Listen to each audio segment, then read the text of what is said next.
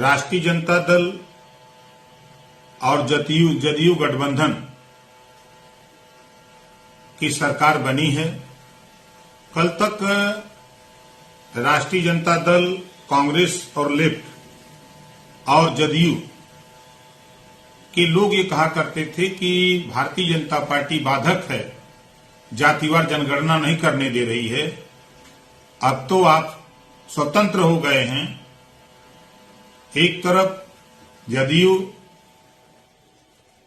राजद, कांग्रेस और लेफ्ट की सरकार है, तो हम तो माननीय तेजस्वी यादव जी जो डिप्टी चीफ मिनिस्टर बिहार और चीफ मिनिस्टर माननीय नीतीश जी से कहूंगा कि अब तो आप लोग स्वतंत्र हैं और बिहार से ही शुरू करिए जातिवार जनगणना का ऐलान, और आप लोग मिल करके बिहार में जातिवार जनगणना 6 महीने के अंदर करा करके ये साबित करिए कि हम पिछड़े दलित अल्पसंख्यक को हिस्सा देना चाहते हैं, इनकी भागीदारी देना चाहते हैं। जातिवार जनगणना कराकर जिसकी जितनी संख्या भारी उसकी उतनी हिस्सेदारी देना चाहते हैं।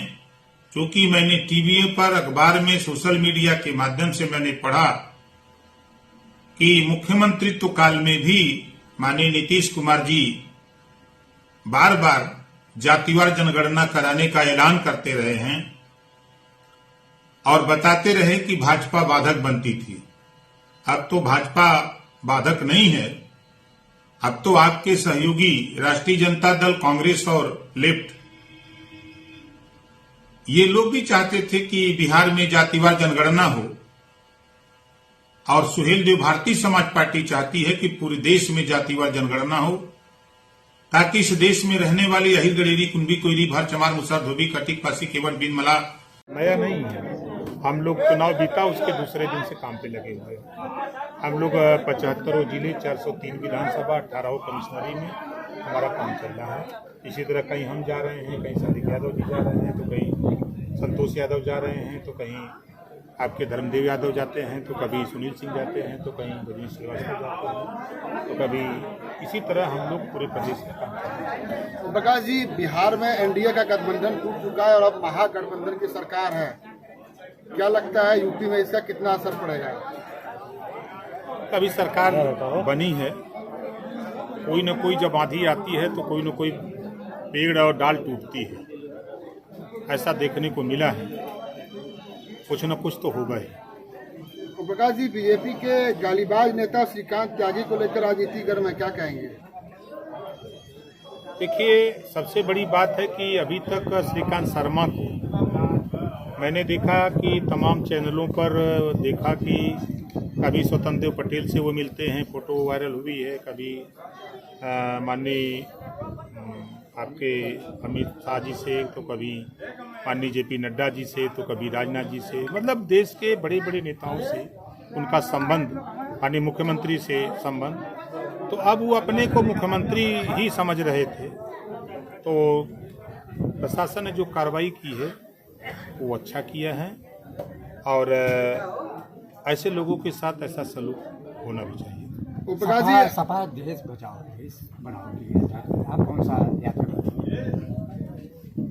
हम सावधान यात्रा के चक्कर में कि सावधान रहो।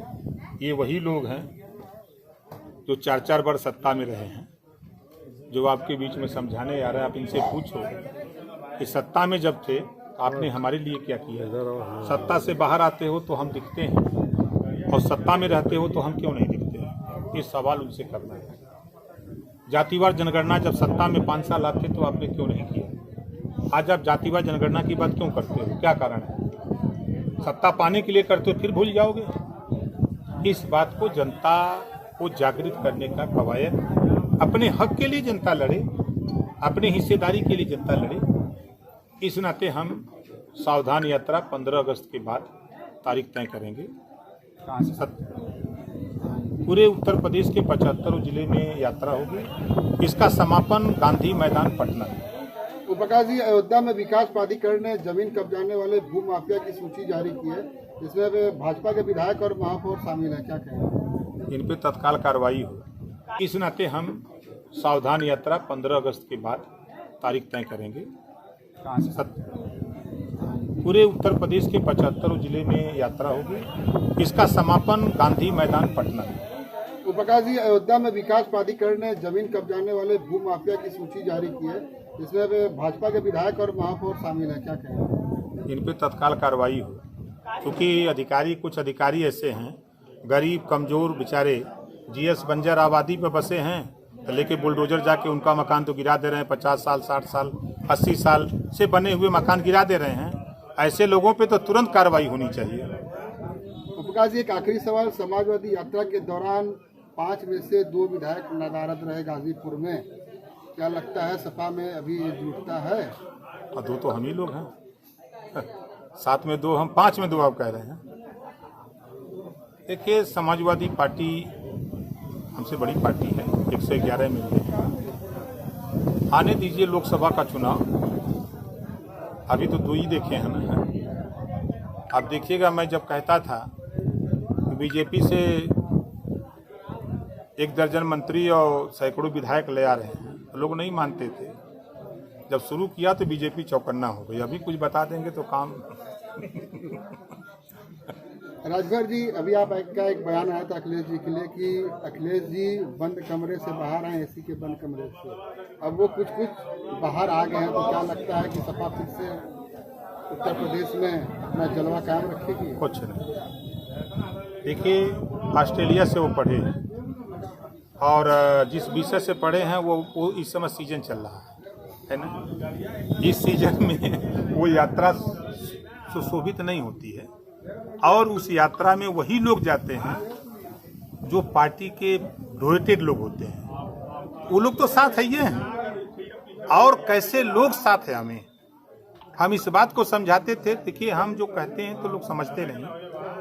हम उनको राय देते थे कि हम प्राइमरी के टीचर हैं।